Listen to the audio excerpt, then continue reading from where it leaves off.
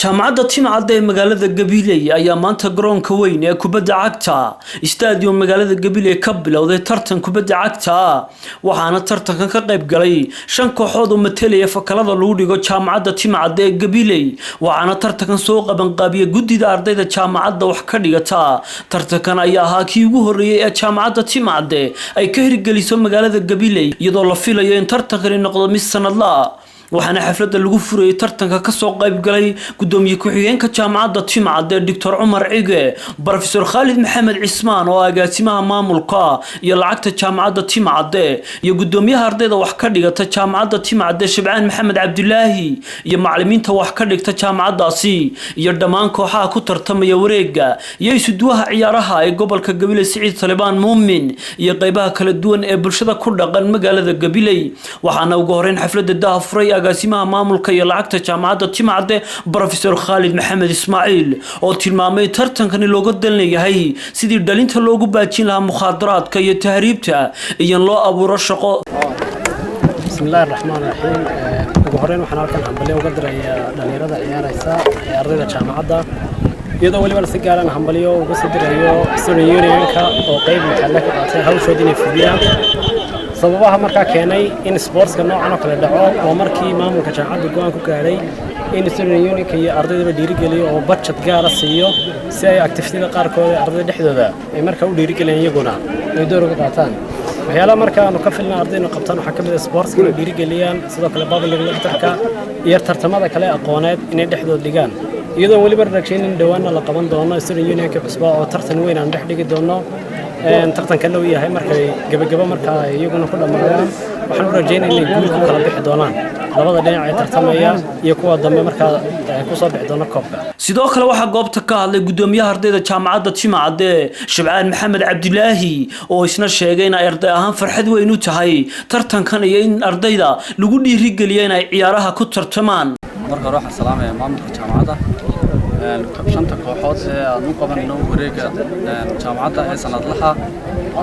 salaanta islaamka assalaamu calaykum waraxmatullaahi wabarakaatu marka horeysay sababta aan u sameynay wareeggan inaan qabanno waxay ahayd korodhka jaamacadda inaan u soo bandhigno dadweynaha reer Gabiley jaamacaddu waxay maraysaa sanadkii shanaad bay maraysaa jaamacaddu waxaana ka jiray 8 kooxood 8 fakal marka waxaan doonaynay inaan u soo bandhigno dadweynaha reer Gabiley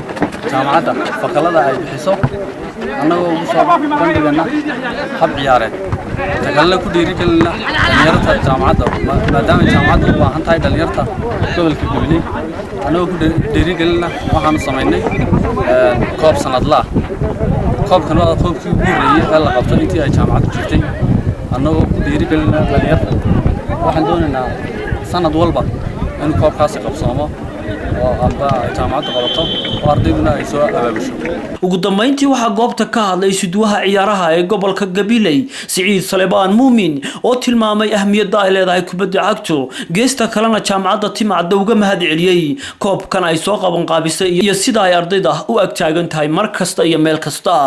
kulli maanta waxa u jeedaan waxaan furnay koobkii jaamacadda oo kulli ka kooban 5 fakal marka kulli halkan waxaad ka arkaysaan waxa weeyaan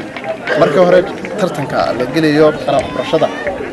laba kooxood jaamacaddu ka soo qayb gali jirtay laakiin sidoo kale iyadii lafteedu isku finaashay jaamacadii gaadhayo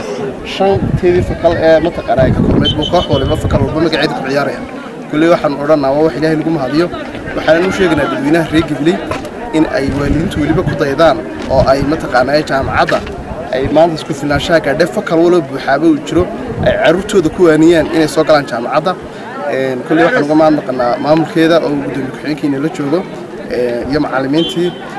student unionka gudoomiyahooda iyo student unionka dhamaantood la jooga waxaanu leenahay kulli wuxuu noqon doonaa ama sanad la ama 6 bilood la in jaamacaddu sanad tartan noocan oo kale u qabsato oo ay fikirleyda sanad ciyaarto wareegoodu jeedaan waa nooca loo yaqaan one touch-ka oo kooxdii laga badiyaa way tagaysaa